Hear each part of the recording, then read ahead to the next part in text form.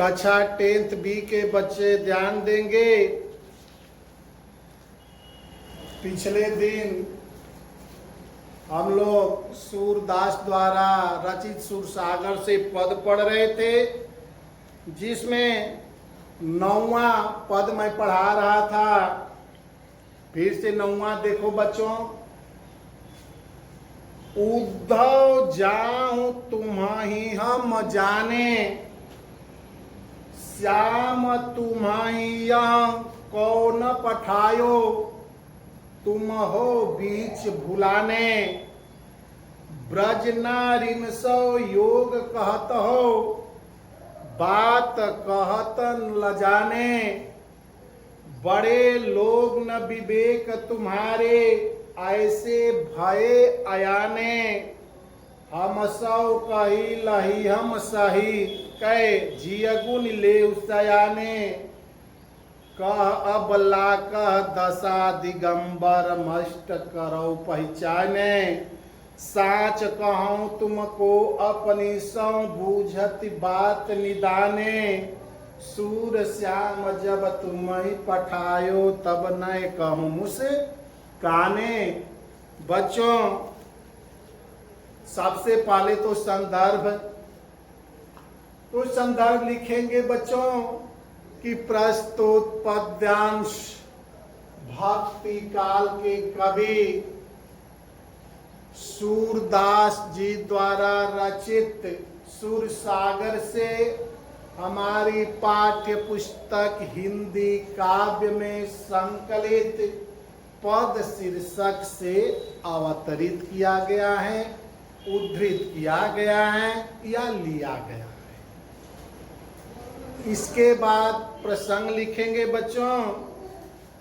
तो प्रस्तुत पद्यांश में गोपियां जो हैं उद्धव पर व्यंग करते हुए कहती हैं कि हे उद्धव, हम लोग आपको भली भांति समझ गई हैं। उद्धव जाओ तुम्हें हम जाने, तुम्हारे बारे में हम लोगों ने जान लिया है।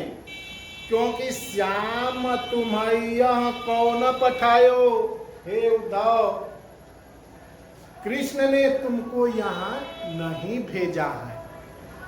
तुम हो बीच भुलाने, हे उद्धव, तुम तो बीच में ही अपना मार्ग भूल गए और यहाँ आ गए। ब्रज नारिन सो योग कथो, बात कहत न जाने। ब्रज के नारियों से योग की साधना की बात कहते हुए आपको तनिक भी लज्जा नहीं आती है। बड़े लोग न विवेक तुम्हारे, ऐसे भय अयाने। हे उद्धव, तुम्हारे पास तो ज्ञान है, बड़े लोग न विवेक, लेकिन तुम अज्ञानी की तरह निर्गुण ब्रह्म का उपदेश दे रहे हो। हम सो कही लई हम सही कह। हे उद्धव, आपने जो कुछ कहा उसको हम लोगों ने सहन कर लिया, लेकिन इस बात को किसी दूसरे से आप मत कहिएगा। कह अबला कह दशा दिगंबर, मष्ट करो पहचाए। हे उद्धव, हम अबलाओं को आप ऐसे योग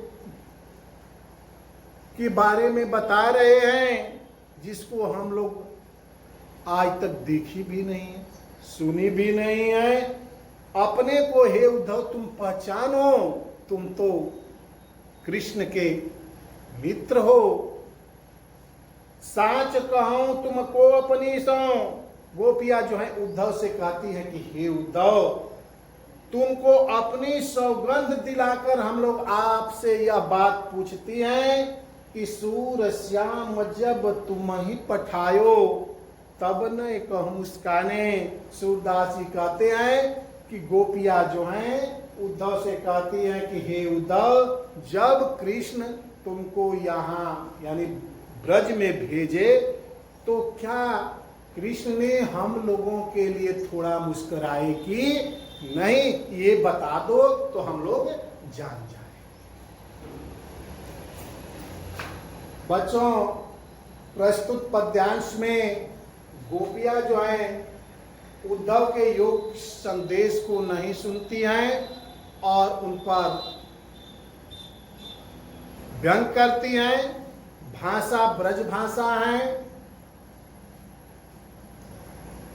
रस इसमें वियोग श्रृंगार है। 10वां,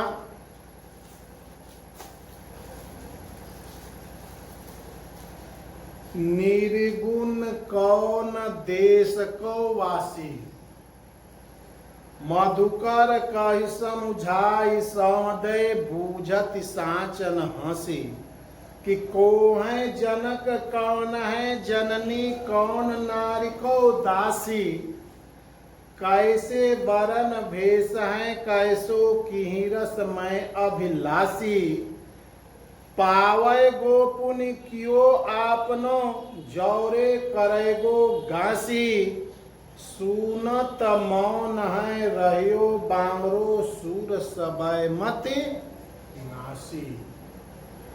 तो बच्चों, संदर्भ तो वही होगा, लेकिन प्रसंग बदल जाएगा कि प्रस्तुत पद्यांश में जब उद्धव जी गोपियों से निर्गुण ब्रह्म का उपदेश दिए तो गोपियां उनके निर्गुण उपदेश को नहीं सुनना चाहती हैं।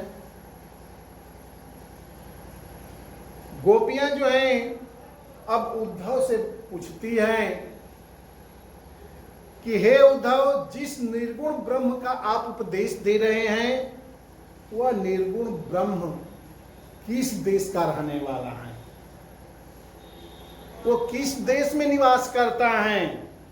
मधुकर कहि समुझाई सौदे, मधुकर माने भौरा और उद्धव भ्रमर के प्रतीक हैं। बच्चों, भ्रमर को संकेत करके लिखे गए गीत को हम भ्रमर गीत कहते हैं। तो यहाँ मधुकर यानी भौरा और भौरा जो है उद्धव का प्रतीक हैं। गोपियां जो है उद्धव को अपनी सौगंध दिलाकर पूछती हैं कि मधुकर कहि समुझाई सौदे, अपनी सौगंध दिलाकर पूछती है कि हे उद्धव, आप सच सच यह बात बता दे कि आपका निर्गुण ब्रह्म किस देश का रहने वाला है, इसमें कोई हंसी नहीं है। को है जनक कौन है जननी, कौन नारी को दासी। हे उद्धव, तुम्हारे निर्गुण ब्रह्म है, उस निर्गुण ब्रह्म का जनक यानी पिता कौन है, कौन है जननी, उनकी माता कौन है, कौन है नारी, नारी माने पत्नी, उनकी पत्नी कौन है, को दासी और उनकी दासी कौन है। हे उद्धव, हम लोगों की सौगंध है, अगर बता दीजिए कि उनके पिता, पत्नी, माता और दासी कौन है, उनका कैसा वर्ण, वर्ण माने वर्ण होता है, रंग कैसा है, वेशभूषा कैसा है और वो किस रस में रमे हुए हैं। की ही रस में अभिलाषी, पावय गो पुण्य कियो आपनो जेर करोगो। अगर हम लोगों से विश्वासघात किए तो हे उद्धव, अपने किए हुए का फल तुम प्राप्त करोगे। सुनत मौन है रहियो बांरो, सूर सबय मति नासे। सूरदास जी कहते हैं कि गोपियों की ऐसी बात को सुनकर और उद्धव जो है मौन हो जाते हैं। तो बच्चों, इसमें भी वियोग श्रृंगार है, भाषा ब्रज है, छंद मुक्तक में है, गेय पद है। अब अंत में अंतिम है 11वां, संदेशो देवकी सौ कहियो, हौ तो धाई तिहारे सुत की माया करत ही रहियो। जदपि टेव तुम जानत उनकी तो मोहि कही आवे, प्रात होत मेरे लाल लड़ैते माखन रोटी भावै तेल उबटन अरु तातो जल तहि दाखि भेद ताते जोई जोई मांगत सोई सोई देती क्रम क्रम करिकै नहाते सूर पथिक सुन मोहि रहे दिन बढ़यो रहत उर सोच मेरा अलक लड़ाई तो मोहन हुए हैं करत संकोच। अब एक पथिक से देवकी जो हैं अपने भावना को बताती हैं, कृष्ण के प्रति प्रेम को बताती है कि आप कृष्ण से जाकर और मेरी ये बातें बता देना कि देवकी से उनकी माँ से यह बात कह देना। जसोदा माँ पथिक से कहती है कि हे पथिक जाकर मेरा संदेश देवकी से बता देना। संदेशो देवकी सो कहिए कि मेरा संदेश जाकर देवकी से बता दीजिएगा कि हम तो धाई तिहारे सूत की।